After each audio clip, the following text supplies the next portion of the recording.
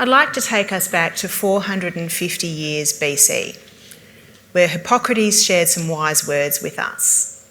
He said, if we gave everyone the right amount of nourishment and exercise, not too little and not too much, we will have found the fastest way to health. And it's hard to believe that 2,500 years later, we are still struggling to find our way to health. Physical inactivity is responsible for a range of physical health problems. So much so that the World Health Organization has called it a slow motion disaster. And our sedentary lifestyles are contributing to the development of preventable diseases such as cardiovascular disease and diabetes, but also increasing our risk of mental disorders. So we're rapidly understanding more about how the role of physical activity and exercise, the role it can play in preventing and treating mental disorders. So what would you think if I said to you that instead of listening to me right now, you got up and went for a run for about 15 minutes and you did it regularly, that you could reduce your risk of developing depression by over 25%. Now, I know it's really tempting with the Maribyrnong River out there to get up and go right now, but perhaps you could actually just have a think about ways in which you can exchange or replace some of your sitting time with moving more. And so today I'm going to focus on youth mental health for a number of reasons. The first is that you most likely know and care about young people in your lives. Your family, friends of your kids, the young people in your workplaces, perhaps even the young person who works in your favourite coffee shop.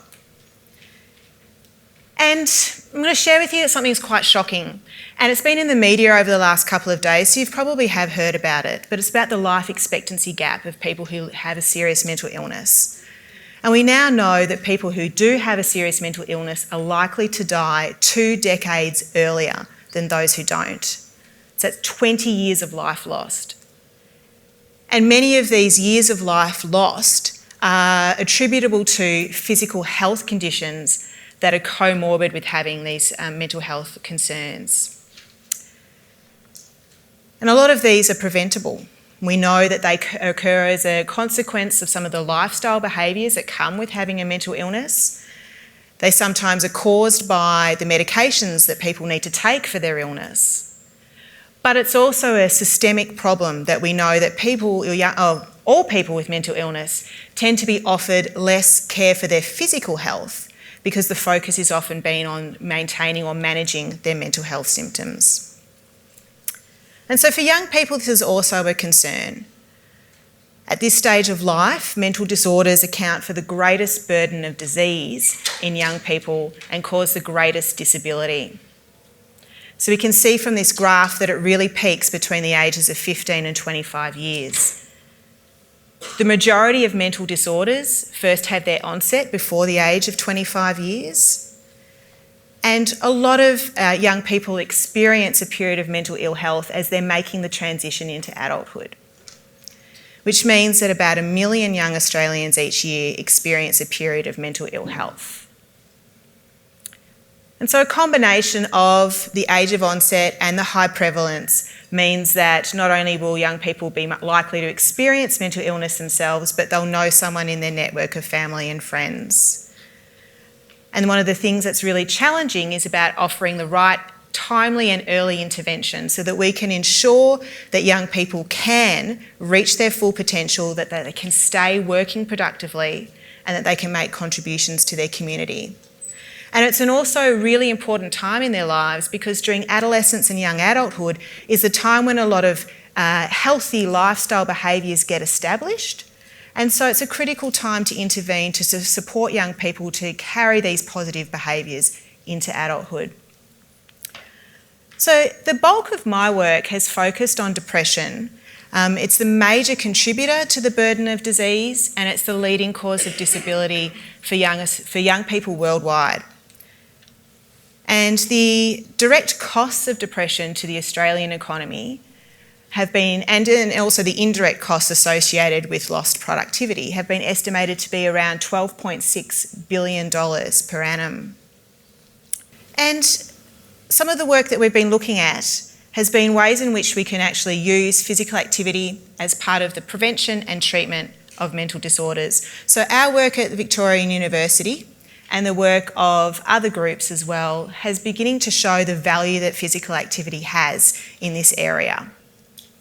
But despite the evidence to show that it does show promise to help with physical, psychological and functional outcomes, it's really challenging to actually integrate it into usual mental health treatment. And some of these challenges are associated with the barriers around clinician training, funding sources, but also the need for system change to support this work.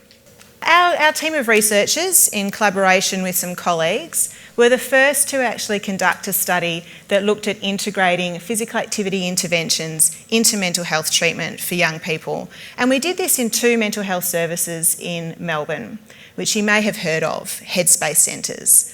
So Headspace centres offer mental health services, vocational support, drug and alcohol treatment and general practice services to young people aged 12 to 25 years. Now, our intervention was quite straightforward. What we did was offer usual psychological treatment, and then on top of that, young people received a behaviour change intervention that focused on increasing their physical activity. And of the 176 young people who were involved in that study, all of them experienced improvement in depressive symptoms over the 6-week period. But those who received the physical activity intervention showed the greatest reductions in depression symptoms. And so what really excites me as a clinician and as a researcher is that we can see these changes were evident in as little as 3 weeks, which means that offering a physical activity intervention helps to rapidly improve symptoms and seem to have better outcomes for young people. And our intervention, as I mentioned, was pretty straightforward. It focused on helping a young person identify physical activities that they might enjoy doing, that might give them a sense of achievement. We helped them set small and achievable goals and to monitor their progress as well, and encourage them to draw on social supports in doing this. And so at the moment we're looking at replicating, or trying to replicate these findings in a larger study of 6 Headspace centres throughout Australia. So VU is doing this in partnership with colleagues from other institutions as well. And we're very close to finalising this study, and I'd just like to acknowledge and thank the 470 young people who've agreed to be participants in this study. And by the end of this year, we should have the initial findings to share. And if the same pattern holds, and we find that our physical activity intervention does have this effect on depression in young people, we'd be looking at rolling out training and education with mental health clinicians so that they can include it in their everyday practice and reach many more young people and hopefully improve their outcomes. So why does physical activity have antidepressant effects? From a psychological viewpoint, it seems to provide the opportunity for social support and connection, perhaps through engaging in team sports, doing leisure time activity with family or friends, even as simple as going for a walk with mum or dad, or perhaps there's opportunities for workplace activities as well. And it also provides an opportunity to distract people from the negative thoughts and rumination that's often a symptom of depression too. It can help increase confidence and self-esteem, increase self-efficacy, that sense that you've achieved something that you've set out to do.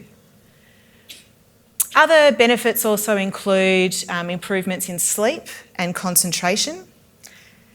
It can also reduce inflammation. It can change specific hormones and neurotransmitters, and it can also increase energy. And when we're thinking about people with depression, major depression is a diagnosed illness. So it's more than just feeling a little bit sad, and that's an experience that we can all relate to. We've probably had a day or 2 or more where things haven't been going the way that we would hope. But for people who have a diagnosis of depression, it's an intense feeling of feeling sad or down and loss of interest in your normal activities and being withdrawn. And this actually occurs for most of the day, every day, for a period of at least 2 weeks. Other symptoms also include changes in sleep, in appetite, and thoughts and feelings. And approximately 5 to 10% of young Australians will experience an episode of depression each year. And the reason why we're so excited about the findings that we've got around physical activity and exercise is because we know that the current treatments don't tend to work for depression. We know that young people, if they actually have the best available evidence-based treatment of psychological treatment with or without antidepressant medication, only about half will actually recover from that episode of depression. So we need to find more effective strategies that we can use, and we need to do it now. And the reason why it's also so urgent is that we know that depression is a major risk for self-harm and suicide is the leading cause of death for young Australians at the moment. So the time is right now to make a change and see the way that we can actually use physical activity in a way to add to the benefits of engaging in treatment for young people. So some of the major also further studies that we're going to be doing as part of our research group in the Institute for Health and Sport at Victoria University is continuing our partnership with Headspace Centres and conducting a few more clinical trials. But we're also looking at doing some major projects that require some further investment to get them up to scale. And some of these will include recruiting a very large and willing sample of young people, both with and without mental health concerns, to gather sufficient data and tracking data from them to inform some predictive algorithms. So by collecting a lot of information about physical activity that they're engaging in, who they're with, what they're doing, what are their thoughts and feelings at the time in real time, it will give us sufficient data to be able to predict when changes in their mental health is starting to occur. And in this way, we would be able to offer just-in-time or real-time interventions through online interventions or through apps. So for example, if a young person is using a wearable device and the data is showing that something's changing in their mental health status, they would receive some prompts to engage in brief interventions that will focus on moving more, eating well, getting enough sleep, reducing their screen time, or a whole range of lifestyle interventions that we know are beneficial for mental health and wellbeing. So if you're interested in supporting VU in undertaking some of this research, we'd really love to have a chat with you and connect with you about this. And one of our latest and largest initiatives is the development of a mental health research consortium here at VU. So we're bringing together a team of internal and external researchers to form a consortium to address the known issues of mental illness and comorbid chronic disease. And in doing so, we are going to focus on research that is multi-level systems research to deliver outstanding healthcare services in the west of Melbourne and to make a fundamental shift in the way that we offer mental health care. And the lessons we learn from the west of Melbourne will be applicable to all of Victoria, and it can be scaled up federally, and then we also hope to then potentially have global application and impact as well.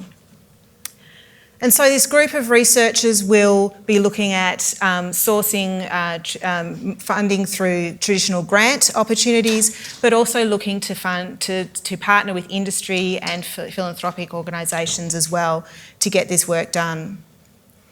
And we're going to focus on behavioural and lifestyle interventions to prevent and treat mental illness. So again, if this is something that sounds of interest to you, that you'd like to find out more about this research consortium, please connect with us so we can discuss further. So as adults, it's really important that we also consider our own stress and mental wellbeing and looking after ourselves. And moving more, eating well and getting the right amount of good quality sleep are behaviours that sound simple but ones that we often forget to do. We can also support the young people that we know in their mental health and wellbeing by having conversations about mental health, by looking out for signs when things might be changing, and if they're going through a rough time, by offering them support or knowing how to find them the right support. So for example, the Headspace website contains some fantastic information for family and friends on how to have these conversations with young people that you care about. And the Headspace website, Origin and Beyond Blue also have fantastic information about mental health and wellbeing in the workplace and how important staying in or returning to work and study is for recovery from mental illness. So young people in our workplaces, whether they're recent graduates or on student placements, are so important because of the workforce of the future. And by looking after their mental health and wellbeing or helping them through difficult times, we can help them to stay engaged, to be productive and to reach their full potential. And we know that more and more research and programs are demonstrating the individual, the social and the economic benefits of addressing mental health in the workplace as well and staying connected in work and study.